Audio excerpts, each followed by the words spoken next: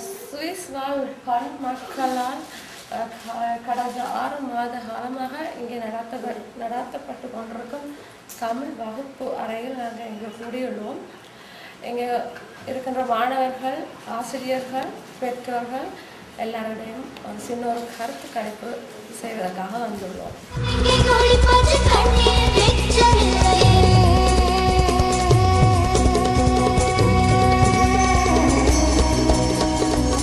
காற்று வீசட்டும், எட்டு திக்கும் பரவட்டும், மனித பூக்கள் மலரட்டும், மனங்கள் இன்னும் விரியட்டும்.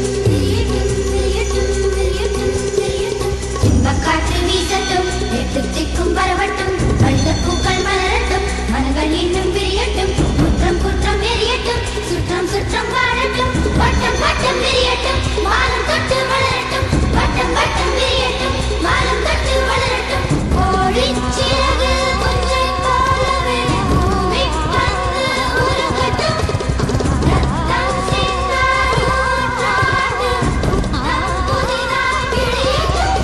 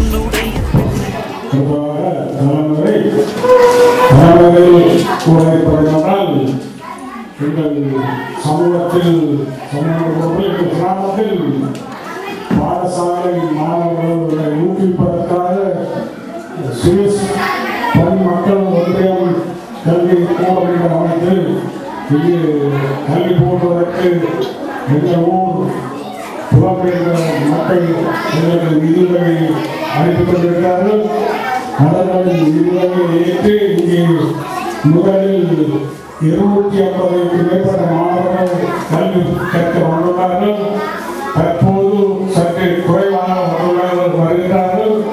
எங்கள் பெற்றோர் இதுவரையில் 2:30 மணிக்கு நிகழ்ச்சி ஆரம்பமாகும் என்று கூறுகின்ற போதும் இன்னும் இந்த மாணவர்களை பெற்றோர் சென்ற கலாவைக்கு கவலையும் அடுத்து இந்நிகழ்ச்சியை சிறப்பு நிகழ்ச்சிக்கும் ஒத்துழைப்பு நல்கும்படி என்பதை கேட்டுக்கொண்டு தலைமுறை முடித்துக் கொள்கிறேன்.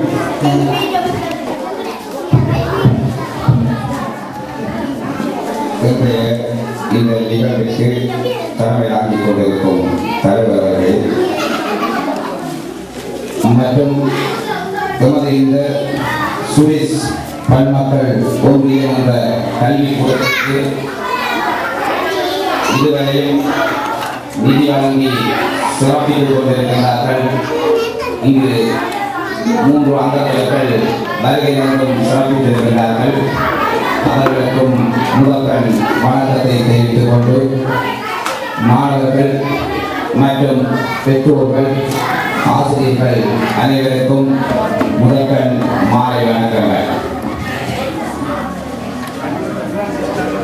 இந்த கல்வி நிலையமானது மிக திறம்பட நடத்துவதற்கும் இங்கு நடைபெற்றுக் கொண்டிருப்பதற்கும் பேருதவியும் நிதியுதவியும் வழங்கி இந்த கல்விக்கூடத்தினை சிறப்பித்துக் கொண்டிருக்கின்றார்கள் எமது ஊர்வாழ் சுவிஸ் வாழ் மக்கள். அவர்களது அந்த அயராத முயற்சியும் எமது ஊரில் கொண்டிருந்த அதிக அக்கறையும் தான் இன்று இந்த பிள்ளைகள் இந்த கல்விக்கூடத்தினூடாக தங்களது கல்வியை தொடர்கின்றார்கள். இந்த இடத்திலே இந்த ஊர் மக்கள் சார்பாகவும் இந்த பிள்ளைகள் சார்பாகவும் பெற்றோர்கள் சார்பாகவும் மற்றும் ஆசிரியர்களின் சார்பாகவும் நாங்கள் அந்த அங்கத்தவர்களுக்கு மீண்டும் மீண்டும் நன்றி கூற வேண்டிய தேவையும் கடப்பாடும் எம்மிடம் உள்ளது. இருந்தும் பல பெற்றார்கள் இந்த நிகழ்விற்கு வருகை தரவில்லை. எது நடந்தாலும் இடி விழுந்தாலும் இந்த கல்வி நிலையம் தொடர்ந்து நடைபெறும் என்ற ஒரு திட சங்கல்பத்துடன் தான் நாங்கள் இந்த கல்வி நிலையத்தை எங்கள் ஊரிலே ஆரம்பித்து நடத்தி கொண்டிருக்கின்றோம். பெற்றார்களின் பங்களிப்பு மிக மிக அவசியம். பல பிள்ளைகள் வெளியிடங்களில் சென்று படிக்கிறார்கள். எங்களுக்கு அதில் எந்த விதத்திலும் ஆட்சேபனை இல்லை. இருந்தும் இவ்வளவு பிள்ளைகள் எங்கள் கல்வி நிலையத்தின் ஊடாக பயன் பெறுகிறார்கள் என்று சொன்னால் மிகப்பெரிய ஒரு வெற்றி என்றுதான் சொல்ல வேண்டும். ஆரம்பத்தில் மிகவும் இக்கட்டான சூழலிலும் பல இடைஞ்சல்கள் இன்னல்கள் மத்தியிலும் இங்கு தலைமையாற்றிய தலைவர்களும் மற்றும் நான் இந்த பிரிவின் சமூக உத்தியோகத்தர் ஆகிய நாங்கள் 4 பேர் மிகவும் கஷ்டப்பட்டுத்தான் இந்த நிகழ்வை இந்த நிலையத்தினையும் இந்த கல்விக்கூடத்தினையும் ஆரம்பித்து வைத்தோம் என்று அந்த சமூக அபிவிருத்தி உத்தியோகர்கள் தற்போது இல்லை. காரணம் அவர்கள் வேலை இடமாற்றம் காரணமாக வன்னி பிரதேசத்துக்கு மாற்றம் பெற்று சென்று விட்டார்கள். தற்பொழுது எனக்கும் அப்படி ஒரு இடமாற்றம் இருக்கிறது. இன்று வன்னிக்கு செல்ல வேண்டிய ஒரு கட்டாயம் இருந்தது. மிகவும் போராடித்தான் நான் இந்த நிகழ்வை இன்று நடத்த வேண்டும் என்பதற்காக அந்த வன்னிக்கு போன்ற பயணத்தை அடுத்த கிழமை மாற்றி இருக்கின்றேன். இந்த இடத்திலே இந்த கல்வி நிலையம் நடத்துவதற்கு காலையடி மறுமலர்ச்சி மன்றம் இடம் தந்ததையிட்டு அவர்களுக்கும் இந்த இடத்திலே நன்றியை தெரிவித்துக் கொள்கின்றோம். மிகவும் பல இளைஞர்கள் இன்னங்கள் இடம்பெற்றது. இருந்தாலும் நாங்கள் சளைக்கவில்லை. எங்களைப் போல் அந்த வெளிநாட்டு உறவுகளும் சளைக்கவில்லை. நிதியை அள்ளி வழங்கி கொண்டிருக்கின்றார்கள். அந்த நிதி ஒவ்வொரு மாணவரது கல்வி செயற்பாட்டிற்கும் அவரது கல்வியின் வளர்ச்சிக்கு தான் இங்கே பயன்படுத்தப்பட்டுக் கொண்டிருக்கின்றது. வேறு எந்தவித கையாட்ட விழாக்களோ அல்லது ஆடம்பர விழாக்களுக்கோ நாங்கள் இந்த நிதியை இங்கு செலவழிக்கவில்லை.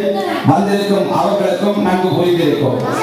இங்கு கல்வி கற்பித்துக் கொண்டிருக்கும் ஆசிரியர்களை நோக்குவோமானால் பலரும் படித்தவர்களும் படித்து பல்கலைக்கழகம் சென்று பட்டம் பெற்றவர்கள் தான் இங்கு ஆசிரியர்களாக இருக்கிறார்கள். அவர்களுக்கு இந்த கல்விக்கூடத்தின் ஊடாக ஒரு வேலை வாய்ப்பு கிடைக்கின்றது. படித்த எத்தனையோ இளைஞர்கள் யுவதிகள் வேலை வாய்ப்பை பெறுவது மிக கடினம். அந்த இடத்திலே தங்களது கல்வி வளர்ச்சியையும் தங்களது அறிவையும் வளர்த்துக் கொண்டு இந்த மாணவர்களுக்கு கல்வி போட்டிக் கொண்டிருக்கிறார்கள். அவர்களுக்கு நாங்கள் ஒரு சிறிய வேதனத்தை வழங்கிக் கொண்டிருக்கின்றோம். ஒவ்வொரு மாதமும் இந்த ஆசிரியர்களுக்கு குறைந்தது சம்பளமாக 42,000 தொடக்கம் 45,000 ரூபாய் வரை வழங்கப்படுகிறது.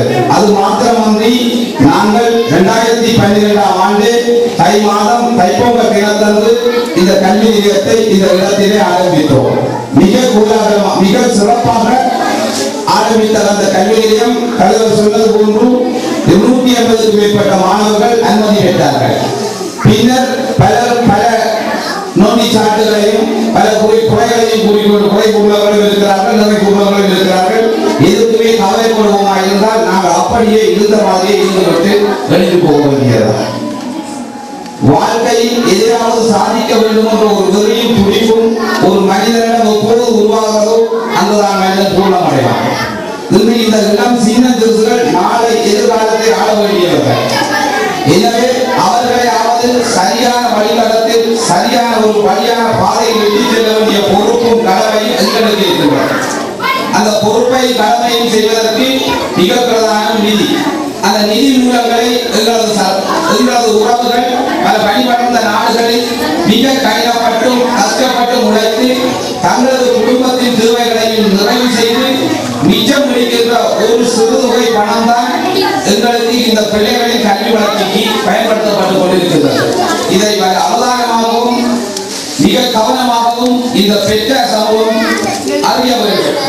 ஏதோ வெளிநாட்டிலிருந்து அள்ளி வழங்குகிறார்கள், படிப்பிக்கிறோமா, ஏதோ தள்ளி விட்டு போவோம் என்று மாத்திரம் எந்த பெற்றாரே சிந்தித்து கூடாதீர்கள். நாங்கள் கல்வி கற்ற காலங்களில் இவ்வாறு எந்தவித வசதிகளோ வாய்ப்புகளோ இருக்கவில்லை. இருந்தாலும் ஏதோ பணம் வந்து கல்வி கற்று நான் அதாவது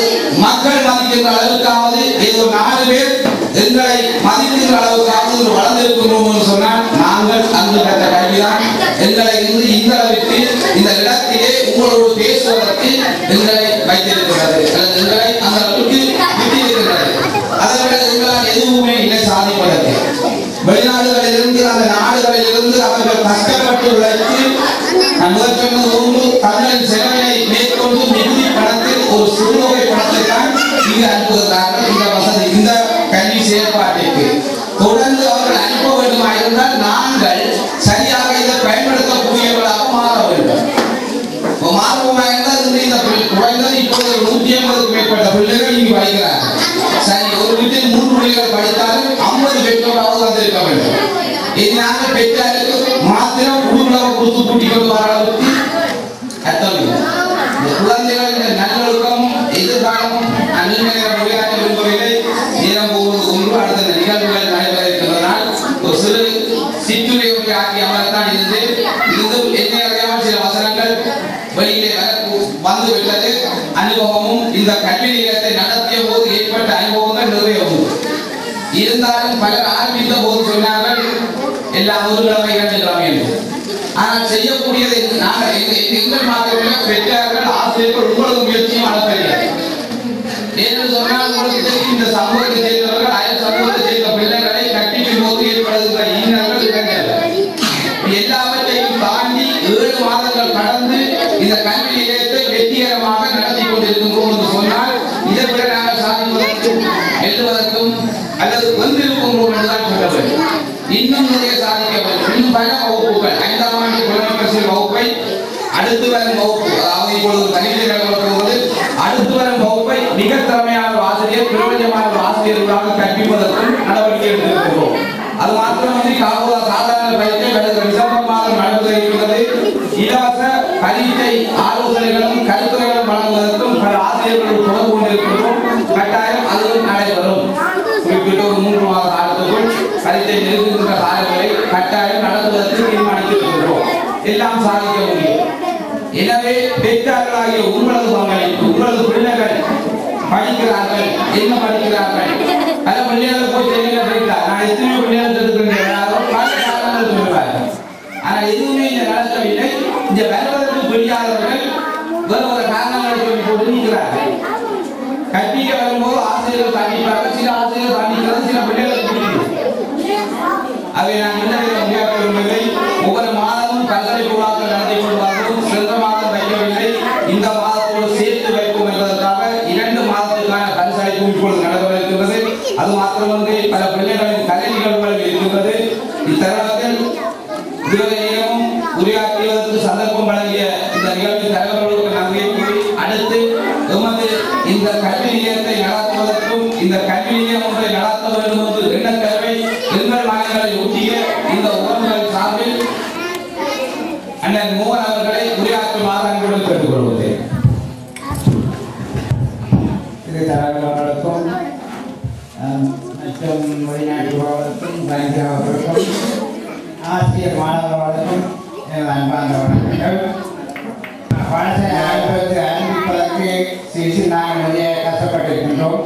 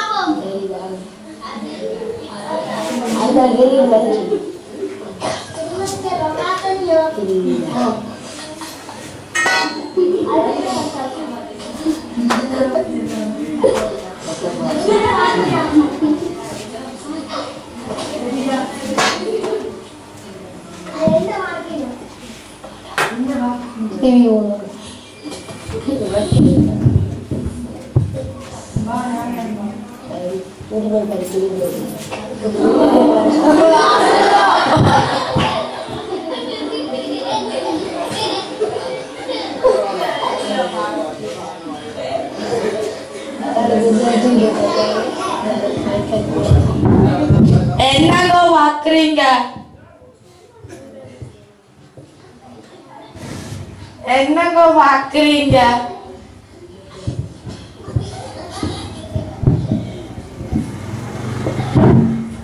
சொல்லுங்க சொல்லுங்க.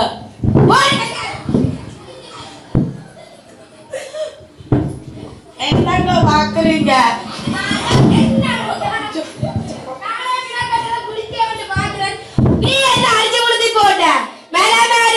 ஐயோ கைகால் புரிஞ்சிதோ தெரியாது.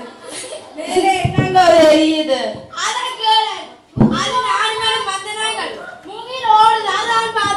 பிடிக்காதங்க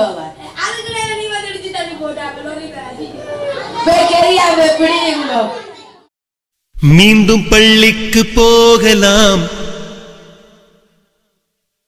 நம்மை நாம் அங்கே தேடலாம்.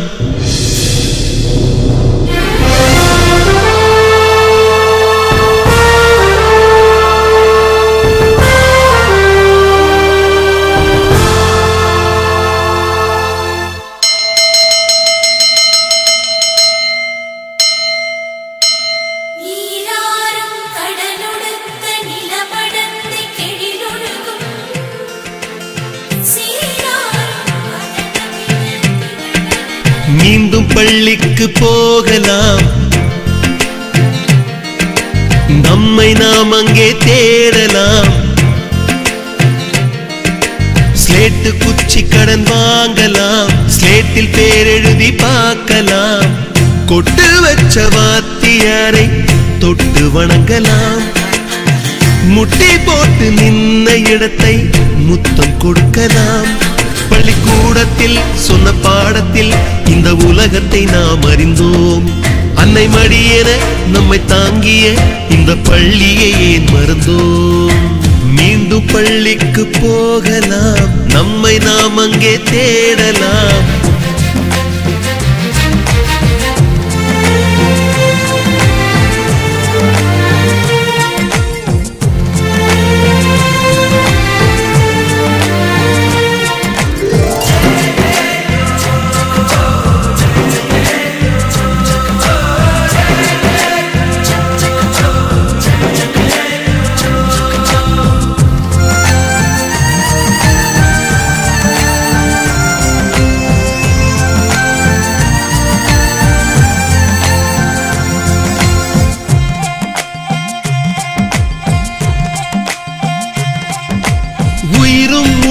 கருவறைக்குள்ளே உற்பத்தியாகிறது.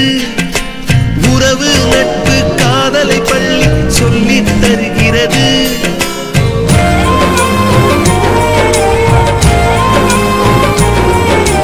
உயிரும் உடலும் கருவறைக்குள்ளே உற்பத்தியாகிறது. உறவு நட்பு காதலை பள்ளி சொல்லித் தருகிறது. தலைக்கு மேலே வளர்ந்தால் கூட தாய்க்கு நீ பிள்ளைதான். எத்தனை பெரிய மனிதனானாலும் பள்ளிக்கு நீ மாணவன்தான்.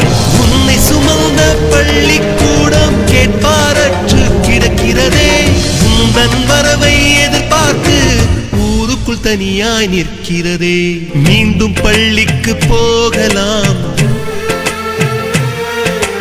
நம்மை நாம் அங்கே தேடலாம்.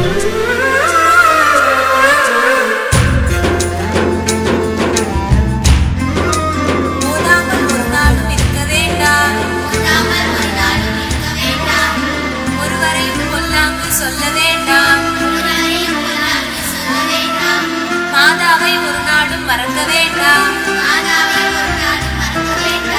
வஞ்சனைகள் செய்வாரோடு இணங்க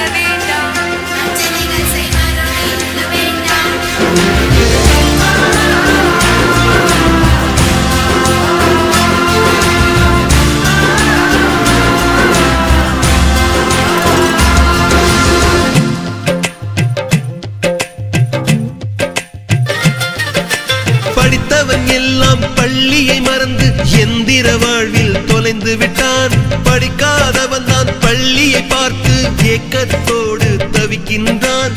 10 மாதம் சுமந்த தாய்க்கே பணிவிடைகள் செய்கின்றோம். 10 வருடம் சுமந்த பள்ளிக்கு என்ன செய்ய நினைக்கின்றோம்? இருக்கும் கோவில்கள் போதாதென்று புதிதாய் கோவில்கள் கட்டுகின்றோம். பள்ளிகள் எல்லாம் கோவில்கள் என்பதை ஏனோ நாமும் மறக்கின்றோம். மீண்டும் பள்ளிக்கு போகலாம், நம்மை நாம் அங்கே தேடலாம்.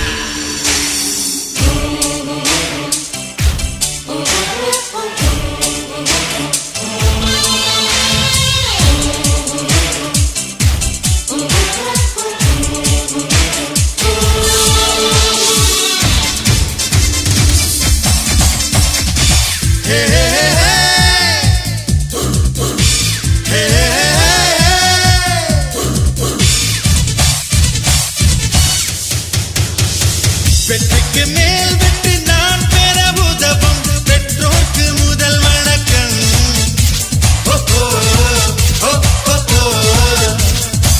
பேருக்கு நன்றியை விழுது சொன்னால்தான் வாழ்வுக்கு பொருள் இருக்கும்.